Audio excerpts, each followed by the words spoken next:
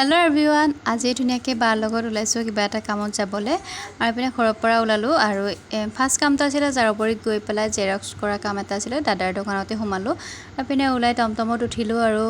গলো সেকেন্ড কামটোলৈকে পিনে সেকেন্ড কামটো আছিল বেংকত গৈ দেখিছো ইমান মানুহৰ ভিৰ আছিল নহয় আৰু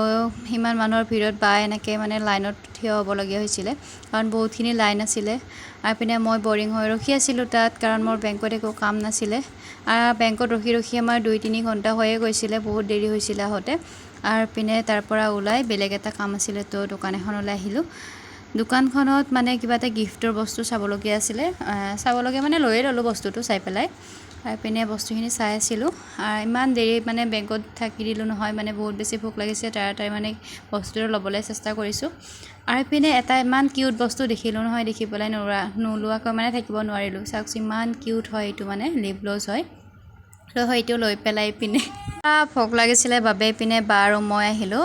ৰেষ্টুৰেন্ট এখনত খাবলে মই চাওমিন লৈছো আৰু বাই ৰল লৈছে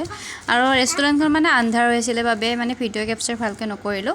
আৰু পিনে আহি পেলাই বজাৰত অকমান লেচু দেখিলো লেচু পিনে মাইনাহঁতৰ কাৰণে লৈ আহিলো আৰু পিনে খুৰীজনী এটা চেক কৰি মানে খাই চাবলৈ ক'লে কেনেকুৱা পায়